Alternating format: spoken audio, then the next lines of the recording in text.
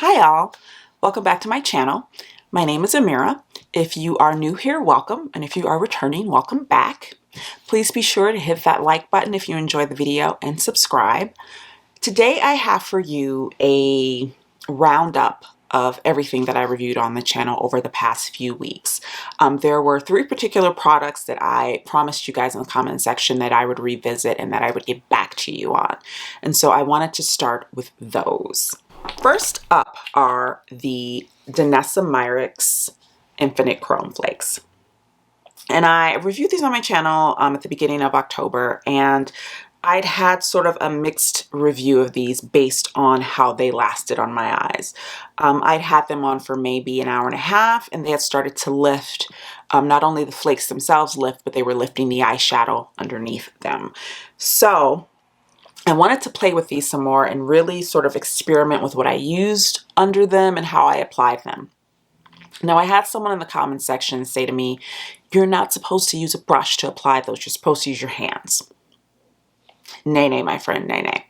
Danessa herself said that you can use either a brush, a thin brush, or you could use your fingers. I've used both.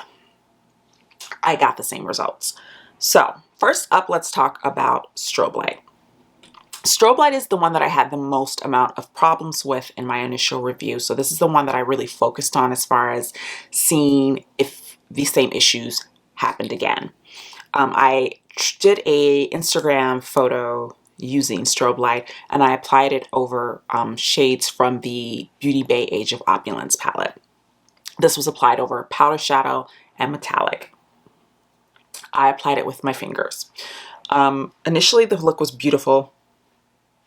About 20 minutes into taking photos, I started to notice that it was doing the exact same thing that it did in the video. It was lifting up off of my eye, but it was lifting all of the shadow underneath it. And so I had to go back in with the metallic shade from that palette, tap it on my eye with my finger, and then I lightly tapped a little bit more of this over just to fill in the gaps. And I will say, you can fill these on the eye. When they dry down, they have a slightly scaly feel to them. They can feel a bit heavy on the lid. And that was the case with this one. I went on to wear that eye look. And again, I will insert pictures of what it looked like when it was lifting, and I'll show you the end result picture of the looks that I actually posted on Instagram.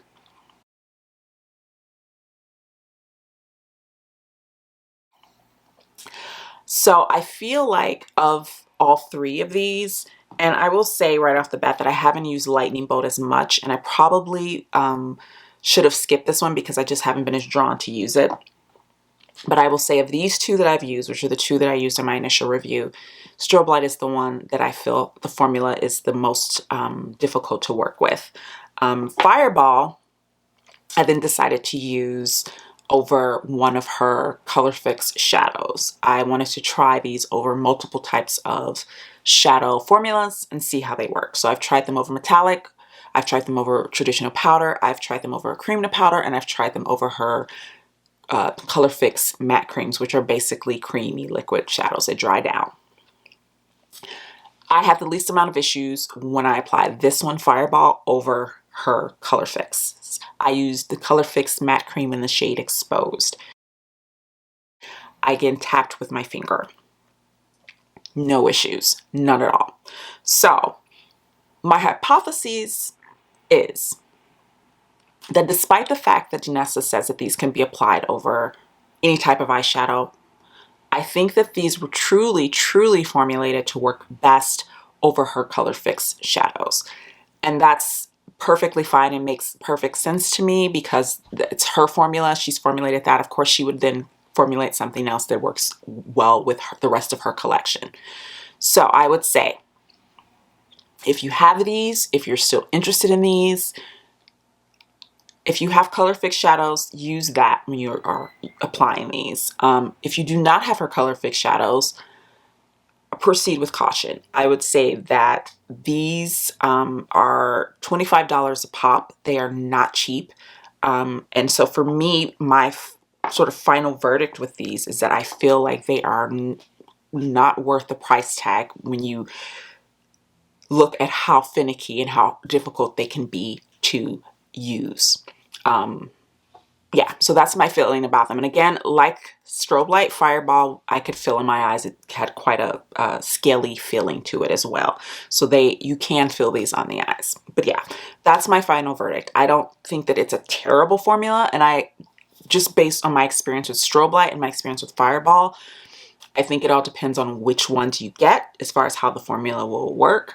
But if you do get them and you're still interested in them, pick up a color fix if you don't have it. Throw a color fix in your cart as well, just so you don't have any issues. After that, I have two of and I'm actually going to talk about them separately since I did separate videos for them. So first up, I have the Pat McGrath Celestial Odyssey Luxe Quad in Bronze Borealis. And I did a comparison video of this palette versus the Voyeuristic Vixen palette, because of all of her quads, I think that is the one that is the most comparable to this one. So this is what it looks like. This is Bronze Borealis. My opinion about this palette stands. I haven't touched this since I initially reviewed it, because for me, I own Voyeuristic Vixen. I own the original Divine Rose palette. I feel like if you have those, or if you have that other quad that she came out with, and I believe that one is a Divine Rose quad as well, I feel like if you have any of those, you don't need this. There are no special shades in it. It's one matte with 3 metallics. Pat's formula is beautiful. That's not an issue. I just feel like of all of the palettes, this one is probably the least exciting and the least interesting. And if you have all of those palettes, or even one of those palettes, this one is not going to add anything special to your collection. And I would say if you don't have any Pat McGrath, I wouldn't choose this palette to be the first thing I got, if that makes sense. So yeah. Next up, I have the second quad in her holiday collection for this year. And this is Celestial Odyssey Luxe Quad Deep Space Divinity. And this one, I also did a standalone comparison video, and I compared it to Interstellar Icon, which is one of the quads from her holiday collection last year. And they look very similar when you first look at them, but they apply very differently, and the finishes are very different. So this is Deep Space Divinity. This is a beautiful palette. I know a lot of people were disappointed with it because they felt it was too close to Interstellar Icon, and I felt that way too until I got my hands on it. But I find that the two blue shades, even though they photograph, like her photography makes them look quite similar, but they are not similar at all. I feel that this one is more special. This blue, it's this beautiful duochrome with this beautiful shift, whereas the blue in the Interstellar Icon it's beautiful, but it's sort of a traditional blue metallic. There's nothing really that unique about it. So between those two quads, I would say this one is the more interesting one. Now, I do want to touch on the fact that these palettes are quite, as far as the pans go, they're smaller than her traditional quads. That's not an issue for me, but I do want to mention it because I know that it's a change in the packaging, and it's a change in the way that she's, choosing to sell these. I don't have an issue with it because I own a lot of eyeshadow, and the likelihood of me hitting pan on these pans is, slim to none. But I will say, because the pans are smaller, I think that's why the price point correlates. So these are a good $4 cheaper than the ones from last year. The ones from last year, I believe, were $58, and these are $54. So you're getting less product, but you're also paying a little bit less for them. I don't think it's a big deal, but I wanted to mention it. Okay, and then next up is the third palette from the Pat McGrath holiday collection, and this is the big mama. This is the big kahuna here. This is the Celestial Odyssey. I keep wanting to say Celestial Divinity. That's from last year. It's Celestial Odyssey, but I feel like Pat has like a 10 to 11 word lexicon, and she just moves them around randomly and sees, matches them together, see what comes up. Yeah, but this is Celestial Odyssey. Here it is. And it is her 18 pan holiday palette. This is the big mama.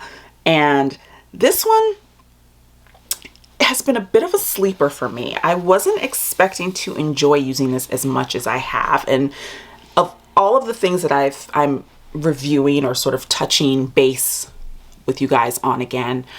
This is the one thing that I've used the most.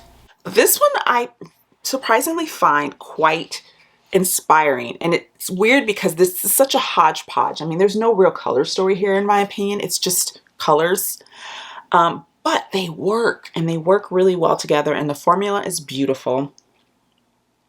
I will say again, like I said in my initial review, if you are a Pat McGrath collector, I don't think you need this. This is not a must-have. If you are a Pat McGrath newbie and you really, really want to try her special shades, this does not have any of her special shades. I say take the money that you were going to spend on this and invest in a Mothership, which has her special shades. And again, I want to say that I don't think this is a bad palette. It's a beautiful palette. The formula is beautiful. That's not the issue. The issue is whether you're going to get what you're looking for out of this. If you don't care about special shades, you've never tried Pat, I say go for it. The price point is perfect.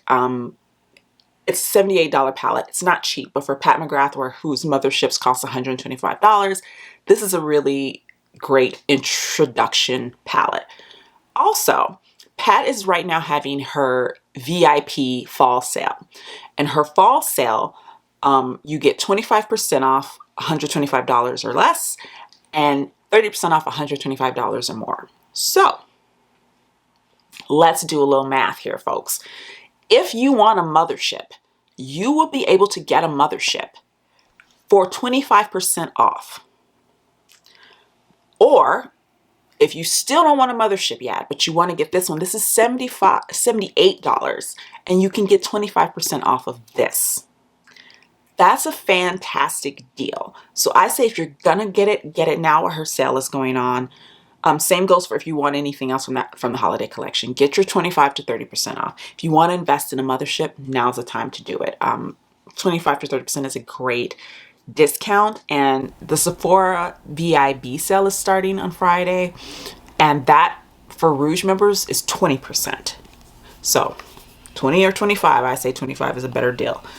So yeah, this is the Celestial Odyssey, and again, this has been a sleeper for me. I was initially like, I didn't really need this, you know. I really wanted to review it and to give it a shot because I didn't try last year's, but I'm glad I bought this. I've been really enjoying it.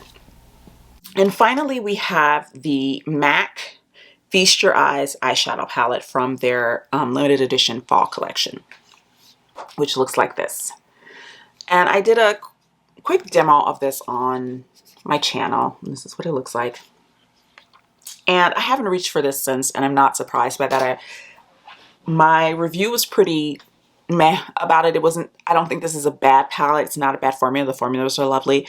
I do feel that the dark shades don't go as dark as they need to go. These are, the mattes in these are cream to powder. And I feel like MAC is they're trying to sort of dip their toe into what Natasha Denona does with her cream to powder formula. The problem with that is, and what I've found to be the issue with these, and these are two of the darker cream to powders, is that their dark shades don't have the same amount of pigment to them. So what I found when I was doing my eye look is that despite using dark shades, I wasn't getting a lot of depth, and I wasn't getting a lot of definition on the outer corner, which I like to have, especially since I have hooded eyes. For me, if I'm doing a full eye look, I like to make sure that I can deepen the outer corner so that I can have some structure to my eyes. You can't really do that with these. I was trying to build them up, and it just wasn't happening. And so as a result, I feel like if you are my skin tone or deeper, you're going to struggle to use this. I do believe that this was limited edition, and I believe it's sold out, so I don't know if they're going to be bringing this back. But I will freely say that the main reason that I was attracted to this was this beautiful packaging. Beautiful packaging. So, you know, it's a meh. It's a meh. Also, let's review this little kitty cat. This kitty cat here is quite fluffy and quite adorable. And he's a sleepy boy. Are you a sleepy boy? Yeah. Aww.